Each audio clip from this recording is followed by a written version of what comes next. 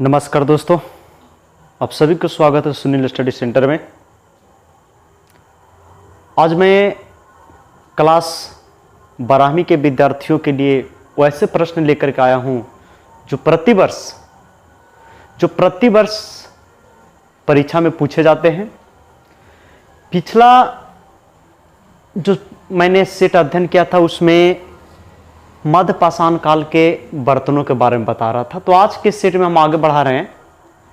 आज का जो क्लास है, पहला प्रश्न है मध्य पाषाण काल। मध्य पाषाण काल के बर्तनों के अवशेष भारत के किन किन स्थानों पर पाए गए हैं। कहता है कि मध्य पाषाण काल के बर्तनों के अवशेष भारत के किन किन राज्यों पर पाए गए हैं। तो मध्य पाषाण काल के बर्तनों के अवशेष भारत के मालवा, गुजरात, ध्यान देंगे यहाँ पर, मालवा, गुजरात, राजस्थान, पश्चिम बंगाल, उड़ीसा, आंध्र प्रदेश एवं मैसूर में पाए गए हैं। मैसूर में पाए गए हैं।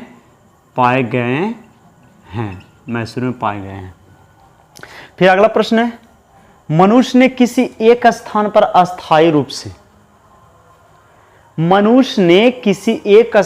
अस्थायी रूप से निवास करना किस युग में सीखा। तो इसका आंसर हो जाएगा नवीन पाषाण युग, यानी नवपाषाण युग। आगे है, नवपाषाण युग में या नवपाषाण काल में किस चीज के औजार उपयोग में आते थे। नवपाषाण काल में या नवपाषाण काल युग में किस चीज का औजार उपयोग में आते थे। औजार की बात किया जाए तो पत्थर की कुल्हाड़ी एवं हाशिया बना हुआ रहता था। इसके बाद अगला प्रश्न है, वस्त्र बुनने की कला किस युग में शुरू हुई। नवीन पाषाण युग, यानी नवपाषाण युग में, नवपाषाण काल भी बोल सकते हैं, नवपाषाण काल में, है ना। वस्त्र बुनने की कला किस युग में शुरू हुई, किस काल में, तो नवपाषाण काल में। इसके बाद है कृषि का आविष्कार। ध्यान देंगे यहाँ पर, कृषि का आविष्कार किस युग में हुआ।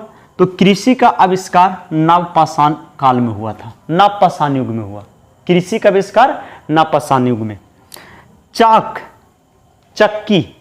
चक्की का आविष्कार किस युग में हुआ। नवपाषाण युग में। चक्की का आविष्कार किस युग में हुआ, किस काल में हुआ, तो नवपाषाण काल युग में हुआ। भारत के किस भागों में, अगला प्रश्न है 7 में, भारत के किस भागों में कृषि कार्य का पहला साक्ष्य मिलता है। तो भारत के किस भाग में कृषि कार्य का पहला साक्ष्य मिलता है। तो सिंध और बलूचिस्तान की सीमा पर कृषि कार्य का पहला साक्ष्य पाया गया है। इसके बाद प्रश्न संख्या 8 में है, फसल काटने का औजार किस काल में बनाए गए।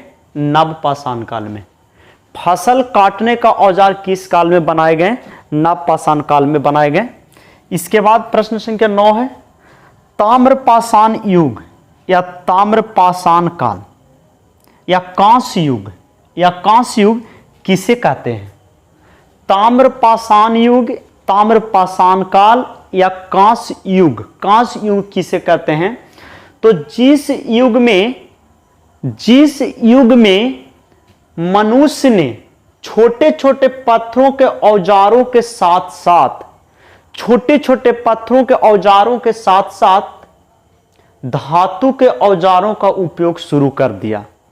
यानी जिस युग में मनुष्य ने छोटे छोटे पत्थरों के औजारों के साथ साथ धातु का औजार बनाना भी शुरू कर दिया, उस युग को ताम्रपाषाण युग या तो कांस्य युग या ताम्र युग कहा जाता है या कहते हैं।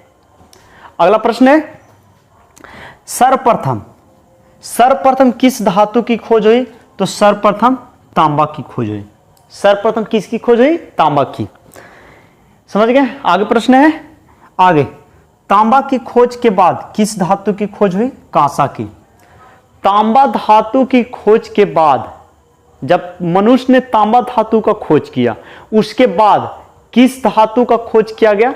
तो उसके बाद खोज हुआ कांसा का खोज हुआ। उसके बाद किसका खोज हुआ? कांसा का। आगे प्रश्न संख्या 12, भारत के किस भाग से तांबा या कांसे की कुल्हाड़ियां मिली हैं? भारत के किस भाग से तांबे या कांसे की कुल्हाड़ियां मिली है? तो ब्रह्मगिरी और नवादा टोली से। ब्रह्मगिरी मैसूर के निकट पड़ता है और नवादा टोली नर्मदा तट के निकट पड़ता है। इसके बाद आगे प्रश्न है, धातु युग में स्त्रियां किस धातु का आभूषण पहनती थी? यानी धातु युग में, कांस्य युग में स्त्रियां किस धातु का आभूषण पहनती थी? तो कांसा का आभूषण पहनती थी। किसका? कांसा का आभूषण पहनती थी। इसके बाद है, धातु युग में मनुष्य का पेशा क्या था? धातु युग में मनुष्य का पेशा क्या था? खेती करना। क्या जाएगा? खेती करना। आगे प्रश्न है, भारत की प्राचीन भाषाएं कौन कौन सी हैं? भारत की प्राचीन भाषाएं कौन कौन सी है? तो भारत की प्राचीन भाषा की बात किया जाए तो भारत की प्राचीन भाषा में हो जाएगी पाली, संस्कृत, प्राकृत। ये सब प्राचीन भाषाएं हो जाएंगे। आगे, संसार की प्राचीन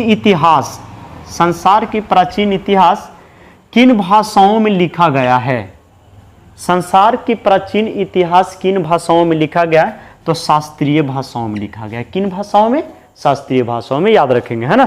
किन भाषाओं में? शास्त्रीय भाषाओं में। VVI क्वेश्चन है।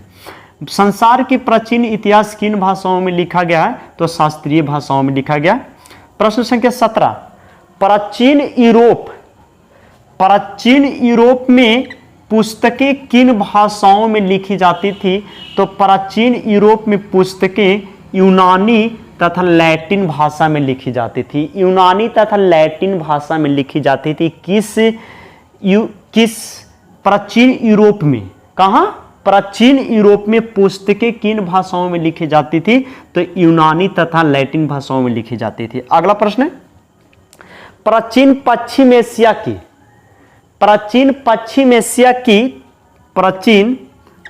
एशिया की पुस्तकें किस भाषा में लिखी गई थी? तो प्राचीन पश्चिम एशिया की पुस्तकें अरबी तथा हिब्रू भाषा में लिखी गई थी।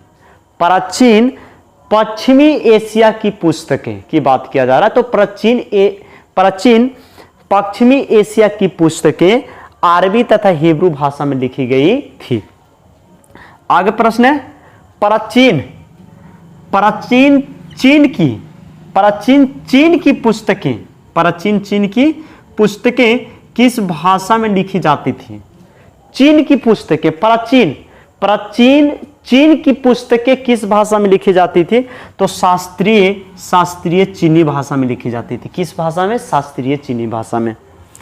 अब आगे चलते प्रश्न संख्या 20। प्रश्न संख्या 20 में कहता है कि प्राचीन काल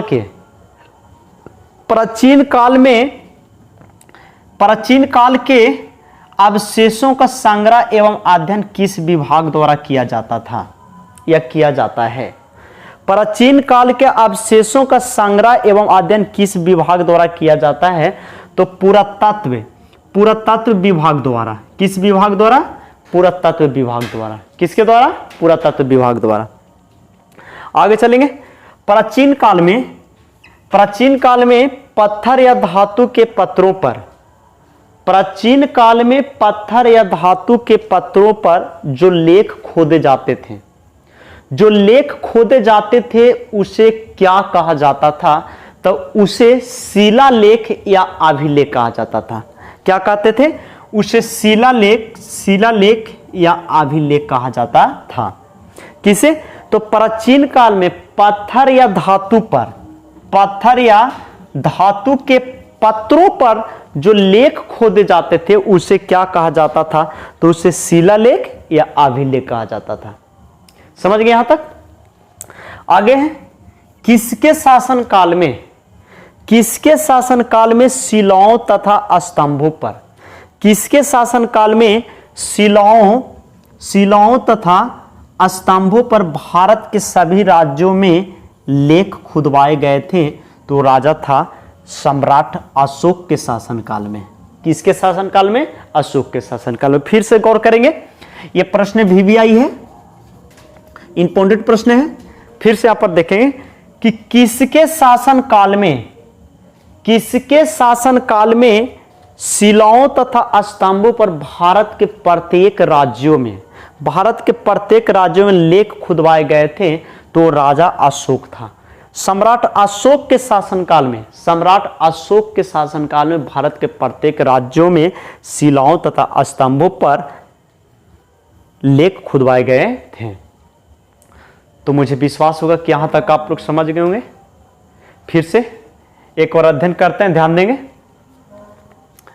मध्यपाषाण काल के बर्तनों के अवशेष भारत के किन किन स्थानों पर पाए गए? तो मालवा, गुजरात, राजस्थान, पश्चिम बंगाल, उड़ीसा, आंध्र प्रदेश एवं मैसूर में पाए गए हैं। प्रश्न संख्या 2, मनुष्य ने किसी एक स्थान पर अस्थायी रूप से निवास करना किस युग में सीखा?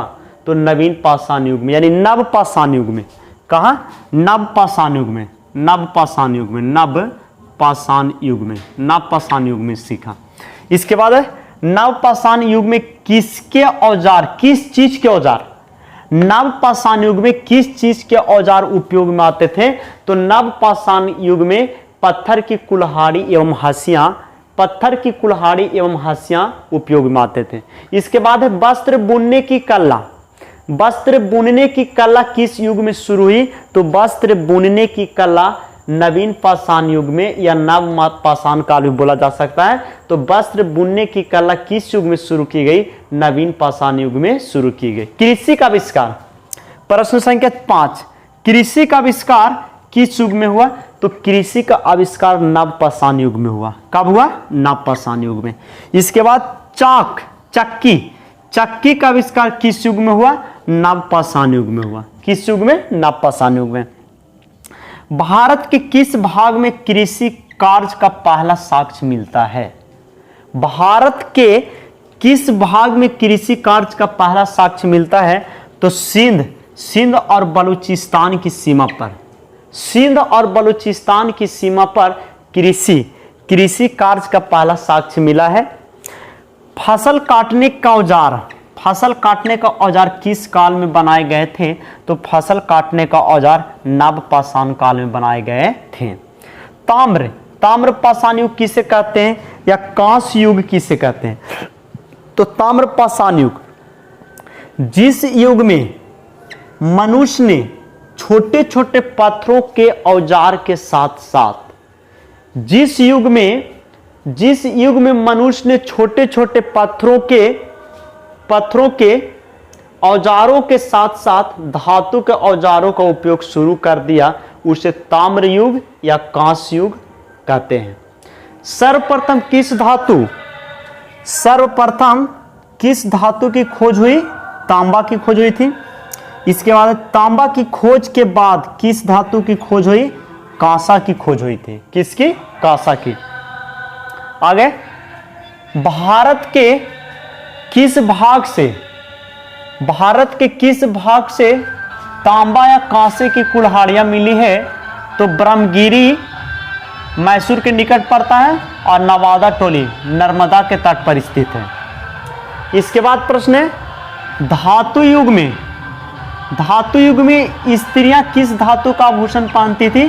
कांसा का आभूषण पहनती थी। किसका? कांसा का। प्रश्न संख्या 14, धातु युग में मनुष्य का पेशा क्या था? खेती करना। क्या था? खेती करना। धातु युग में मनुष्य का पेशा क्या था? खेती करना। इसके बाद प्रश्न संख्या 15, भारत की प्राचीन भाषाएं कौन कौन सी हैं? तो भारत की प्राचीन भाषाएं पाली,